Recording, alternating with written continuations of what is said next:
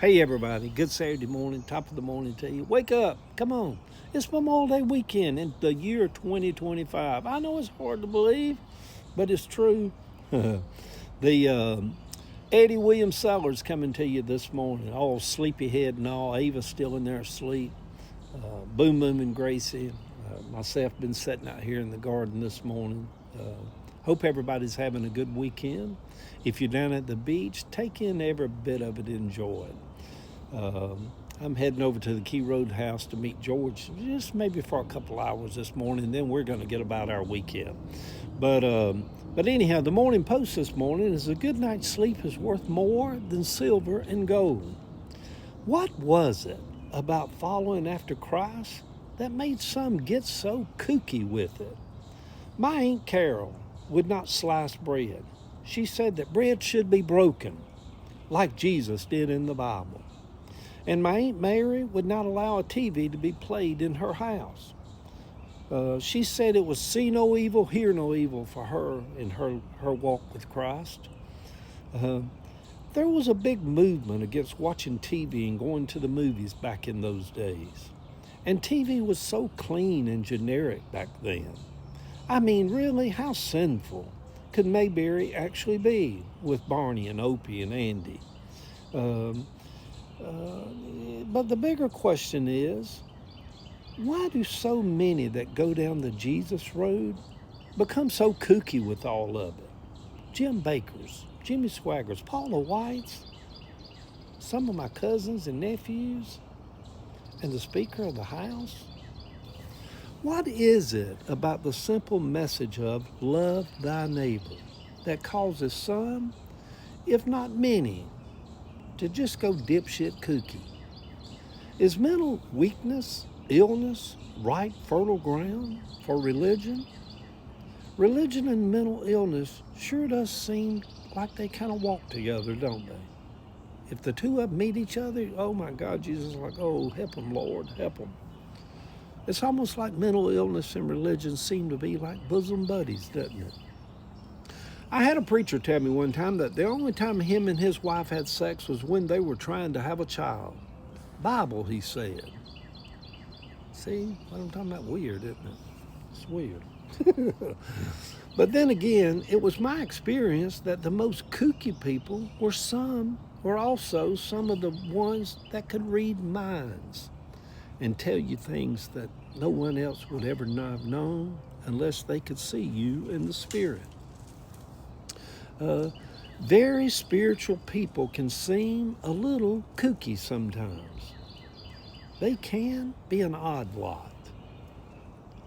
Well, you have to be kind of odd to believe that you can lay your hands on somebody and you can speak a miracle into their very being. It is an odd walk. You know, we can criticize it and balk it and make fun of it, but to walk in the spirit and to walk in the natural and to step back and forth in between the two can seem a little odd. I'm sure it does to a lot of people. The Baptists and let me see, there were a lot of healings and miracles that happened in all of the writings of the New Testament. Where did they all go? When did they stop? Why is there none of that going on today? What happened? You don't see big tent revivals coming to Lakewood in southeast Atlanta no more with proclamations of bring the sick and the lame. Miracles will happen. All that whole era has gone away. The Baptists and the Methodists and a lot of the other Stoic versions of Christianity, they never did believe in none of that. They always said that it was only for those times in the early apostles' days to make people aware of a new message, to get people's attention, they said. The Pentecostals always believed in it, believing that the same God who was healing the sick back in the days of Jesus and Peter and John did not change and would do the same today. One of the big bylines of Pentecostalism was Jesus Christ the same yesterday, today, and forever. Yeah. Yeah, something seems odd about it, though, doesn't it? It seems off. The big crusades of the 50s and 60s, people were coming out by the thousands to see the miracles, to get a miracle. In hindsight, was any of it real, or was all of it real? There's a little part of us that will always believe in the possibilities of miracles, even in the hearts of ones who don't believe in anything at all. I think it is in our nature. It is that little something that we brought with us from the other place, a place where there is no need for miracles. But here, in this place, it is the land of miracles. We need miracles along the way in this life.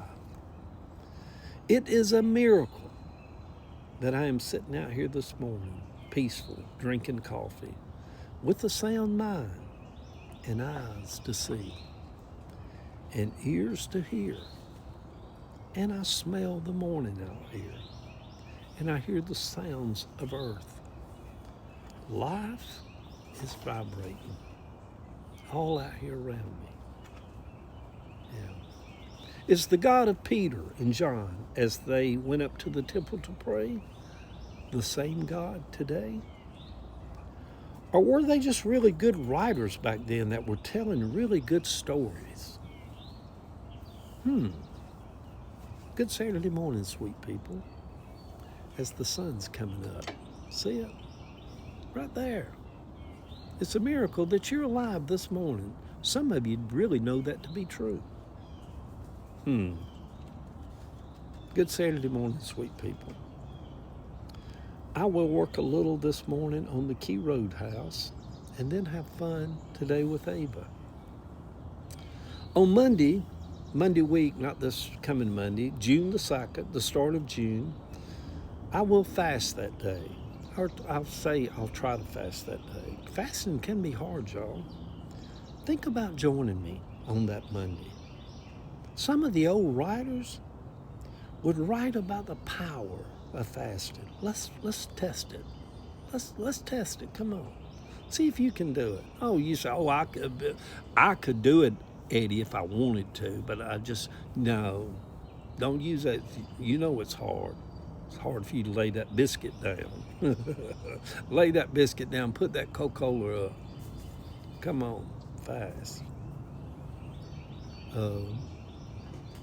Test it. Good Saturday morning every day. Good Saturday morning every day. Good Saturday morning, everybody. Top of the morning to you. Come on, it's Memorial Day weekend. Get out. If you're in that funk, if you're in that kind of weird place, break it. Broken. You're free. Now come on, enjoy the weekend. Get up. Wash your face. Get going. There's got to be a flea market or something you want to go rummage through. Come on, get out of the house. Go enjoy yourself. See y'all.